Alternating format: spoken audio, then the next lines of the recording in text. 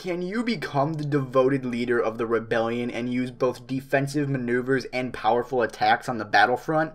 The third community mission gives you the chance to do just that. Our mission as the Star Wars Battlefront community is to complete 102,187 hours of gameplay with Princess Leia across any game mode she is available in. This mission begins on February 16th at 9 a.m. Pacific Standard Time. Complete the mission and the community will unlock a new Princess Leia Endor costume. The Princess Leia community mission will be active between February 16th at 9 a.m. Pacific Standard Time and February 22nd at 9 p.m. Pacific Standard Time.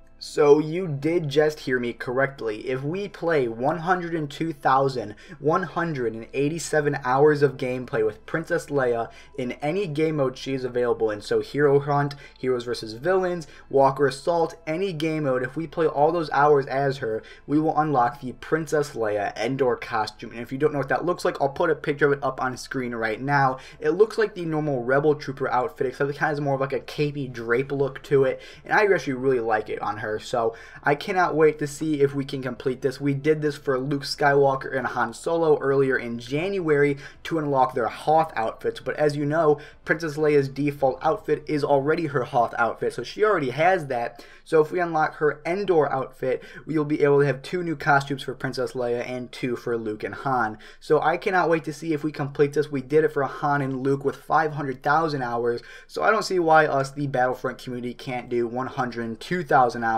I cannot wait to see if we do it, and I'm really excited. I know I'm going to be hopping on Hero Hunt right after this commentary and jumping on and playing as her as much as I can. So as always, guys, if you enjoyed this video, be sure to drop a like on it. Be sure to comment down below what you think of the Princess Leia Endor costume idea. And as always, guys, be sure to hit that subscribe button for daily Star Wars content, and I will be sure to see you guys, as always, in the next one. Later, guys. Hey, what is going on, you beautiful people? My name is Jake, and today I am bringing you guys a best class setup for Star Wars Battlefront like I promised in my previous videos. So I'm going to be showing you guys the best class setup to get you guys the most amount of kills and possibly stay alive the longest amount of time that you can while playing Star Wars Battlefront. This can be used for the Rebels or the Empire. I just personally love the Empire. I love Stormtroopers and all the dark side, so that's why I have my guys set as a Stormtrooper. So here is the class. The primary weapon you're going to want to use is the DLT-19. This thing has a very high rate of fire. The damage isn't too high, but with the rate of fire you get a lot of shots in them. You get a very good amount of kills. The overheating time is actually really good. It doesn't really overheat that much. The cooling power is really good. Just an overall around very good gun. You can get really long range kills with it. The range on this thing is insane. A lot of people have been using this gun already, but I definitely recommend it if you haven't already. So that is the primary weapon you're going to want to use, the DLT-19. Now, the one thing a lot of people don't know what to use is their star cards. So here's the hand I use. I use the Jump Pack, Focus Fire, and the Impact Grenade. Now, why I use the Jump Pack, it's pretty common. A lot of people are using it is just to get you out of tight situations or move around the map a lot quicker. You know, if you're about to die or something and your gun's overheated, you're about to die, you can just simply use your jetpack or your Jump Pack and just get out of there and just get out of that situation, save your life, and it's very good. And plus, when you spawn, you can move around the map a lot quicker and get to where you want to go, get to the main battle. I use Focus Fire, a gyroscopic modification that stabilizes weapon accuracy for a short period of time. This thing works wonders, especially with the DLT-19. This thing definitely gives you guys a lot more accuracy, because the accuracy with the DLT-19 isn't the greatest, but it isn't the worst. But with this, it makes the accuracy so good, and it definitely allows you to get a lot more kills and land a lot more bullets on your enemies. Now, I use the Impact Grenade instead of a thermal detonator or any other type of grenade, because this thing just simply, it's very powerful. Now, what I mean by that is, so say you're in a room and your gun's overheated and you shot your enemy and he's about to die, but you're about to die too because your gun's overheated. So you're going to throw a grenade, and now with a thermal detonator, if you did that, you'd have to wait for it to blow up. He could run away or you'd possibly die. With this, as soon as you throw it, as soon as it hits the ground or hits him, it's exploding and killing him. It's possibly the best grenade in the game. I love this grenade so much. I've gotten so many kills with it. It's saved my life a lot of times. So definitely put on these 3-star cards: Jump Pack, Focus Fire, Impact Grenade with the DLT-19, and you'll get a lot of kills. Now, my trait I use is the Survivalist trait. Basically allows your health to regen a little bit faster. I'm only level 1 with it. I just unlocked it. I played 1 match with it. And it actually helps helps actually a lot, I mean. So say when you're like really low on health, you're just about to die, you have to hide behind a rock for cover, but you still want to shoot. This thing helps you regen health a lot quicker and allows you to get back to the action a lot sooner. Alright, so I switched over to a normal commentary now because you've seen the class I use, you've seen my star cards, my trait, and you guys know exactly what I'm using out on the battlefield. Now here is some gameplay from the Forest Moon of Endor, playing as the Rebels, absolutely just mowing down some stormtroopers with this class. This class is so good to use. The jump pack got me out of a really close call here in the gameplay just a little bit where I was about to get killed, but then I jump packed behind the guy and got away from the situation and actually got a kill from it. This class just works very well together. Everything blends together with the DLT-19, with the jump pack, with the focus fire, and all this stuff is coming together and just allowing you to really make one ultimate class to get a lot of kills. I've dropped some pretty good gameplays using this class. There's other classes I do use, don't get me wrong. This isn't the only class I use, not even close. I use many other star cards, I use many other guns, blasters, whole bunch of stuff I use, but this one is my main one I go to if I want to drop a really good gameplay or just want to relax and have some fun. I throw on this class and I go to town. So I'm going to let this gameplay roll out. You guys can see how good this class actually works. If you guys enjoyed this video, be sure you have a like on the video. Be sure to comment down below if you guys are going to use this class. Let me know how it works out for you, and be sure to subscribe to our channel for daily Star Wars videos, and I'll be sure to see you guys in the next one. Later, guys. So, it's that time of month again, time for another monthly Star Wars Battlefront update. The February update is still to have an announced release date, but we can be expecting it quite soon. Even though we have just recently got the January update, there's still quite the ways to go to perfection. So today, I'm going to be giving you 3 reasons to start getting excited for the February update. Number 1, A-Wing improvements.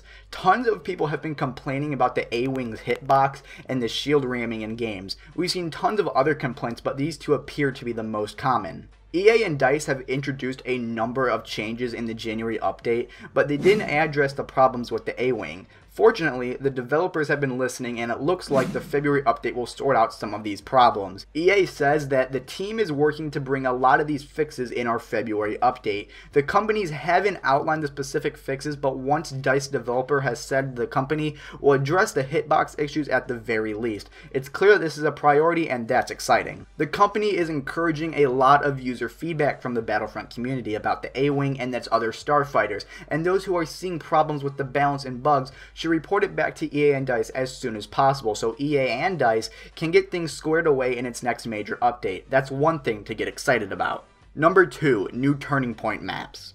Turning Point, the game mode that arrived with the Battle of Jakku DLC back in December, was and is an excellent addition to Star Wars Battlefront. It has grown on us over the past few weeks, and that's why we're giddy about the February release. Turning Point is a great alternative to Walker Assault and Supremacy, but it's very limited at the moment. The February update will change that when it makes the mode available on all of the maps that currently support Walker Assault and Supremacy. Don't get me wrong, the Battle of Jakku map is awesome, but there's only so much one trooper can take. These new maps will breathe a new life into this game mode. Number 3, last but certainly not least, new maps. The Battle of Jakku and the January update helped improve the depth of Battlefront, but there's still a long way to go. The February update is going to help this cause by delivering a brand new survival mode mission on Hoth and a brand new Hoth multiplayer map that supports the larger game modes including Walker Assault, Supremacy, Fighter Squadron, and Turning Point. The new survival map is an exciting addition because the game desperately needs more single player and co-op content, and the arrival of a brand new Hoth map for these popular game modes should help them feel a little less stale and come to the end of the February update. So guys, these are just 3 reasons to be excited for the February update. There are still tons of other patches and fixes coming to the game in the February update that I cannot wait to see how they change the play style of the game actually. And yeah, so that is 3 things to get excited about. If you guys enjoyed this video, be sure to drop a like on it. Be sure to comment down below what's your favorite thing in this video, like what is you're most excited about for the February update. And of course, be sure to hit the subscribe button for daily Star Wars content. And as always guys, I'll be sure to see you in the next one. Later guys. Hey, what is going on, you beautiful people? My name is Jake and welcome back to another Star Wars Battlefront video. So today I'm bringing you guys a video talking about how to get a lot more kills and do a lot better within Star Wars Battlefront multiplayer. So this is something that a lot of people want to know is, how do I get more kills? How do I stay alive longer? How do I go on bigger kill streaks? Well, I'm bringing you guys just a couple tips and tricks to help you stay alive longer and get a lot more kills. So first thing you want to check out is which game mode you're playing. So first of all, the game mode to get the most kills in is either Walker Assault or Supremacy. Those are the games that last the longest, and those are the ones that the most players are on and that you can get a lot more kills in. So if you're going to play Blast, don't expect to get more than at least 20 kills because you're probably not going to get it. But say if you're playing Walker Assault or Supremacy, you're going to end up dropping around the 40 kill mark, so there's 40 kills, 60, 70, and so on and so on. I've seen people drop 100 plus kill games in Supremacy and Walker Assault, so definitely play those two game modes if you're going for a high kill game. So the first tip I have is to play as a hero as soon as you get the chance. So if you ever get the chance to play as Boba Fett, Han Solo, Princess Leia, Luke Skywalker, Darth Vader, the Emperor, whoever it may be for that map, definitely take the opportunity. Do not shut it down. Get in that hero character. Play as Boba Fett, play as Han Solo, whoever it is.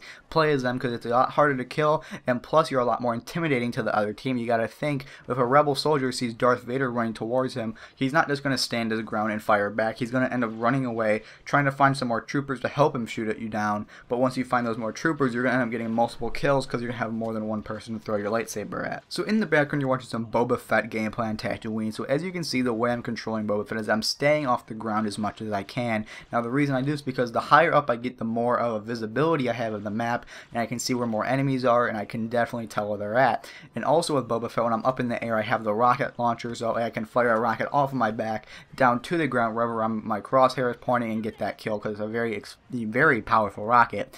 It's definitely something that I really like with Boba Fett is the rocket launcher, is being able to fly up above the map, spot an enemy, and then fire the rocket at him, then land with the blaster and my flamethrower and still get all the kills on the ground. I think Boba Fett is definitely the best hero to play as if you're looking to get a lot of kills. Another reason I say this, you have a lot of weapons to choose from. You can either use your blaster as the 3-burst blaster, which is really powerful. It's a 1 to 2 burst kill depending on who you're shooting at, and you also have the flamethrower, which burns enemies, and you also have the rocket launcher on your back, so when you're up in the air and looking down on the ground, you can fire a rocket down where your crosshair is pointing. Another tip I have is if you're playing ground infantry, such as a stormtrooper, scout trooper, whoever you may be playing as, peek your corners. Now what I mean by this, if you're a third person player like I personally might like to play in third person a little bit more than first person in this game, peek your corners. So walk up around a corner, so get really close to the edge of the corner and scope in, and you can definitely see where they're around the corner or not. So of course you have your mini map, it shows you where the enemies are, and like this in the general direction of where they might be hiding, but you don't know if they're behind a rock, if there's cover there, are they up in the air, are they higher than me? You don't exactly know where they're going to be on the mini map because it's not very map specific, I guess you could say. It doesn't show exactly where the cover is. It's not exactly the best mini map in any game, but if you peek your corners, you can tell where the enemies at because you actually see them before they see you. And that kind of ties into my next tip, which is play in third person. If you're going for a high kill game, I do not recommend playing in first person because it's a lot harder to get a lot more kills, because for one, you have those I guess a smaller point of view to where you can't see more to your peripherals, so you can't see more to the left and right. When you play in third person, you have a much more bigger view of the map and the surrounding areas around you. You can see what's behind you if you turn around real quick. Very helpful, I guess you could say, to play in third person. Definitely play in third person, like I said, if you're going for a high kill game. So those are just a few tips I have to help you guys improve your game on Star Wars Battlefront. Now there are plenty more. I'm probably going to be making another video like this later today, so be on the lookout for that. If you guys have any questions about Star Wars Battlefront and how to improve your game, you should leave a comment down below, and I'll be sure to answer you guys. Make sure to have a like on the video if you guys enjoyed, and be sure to subscribe to our channel for daily Star Wars Battlefront videos, and I'll be sure to see you guys later today in our next video. Later, guys.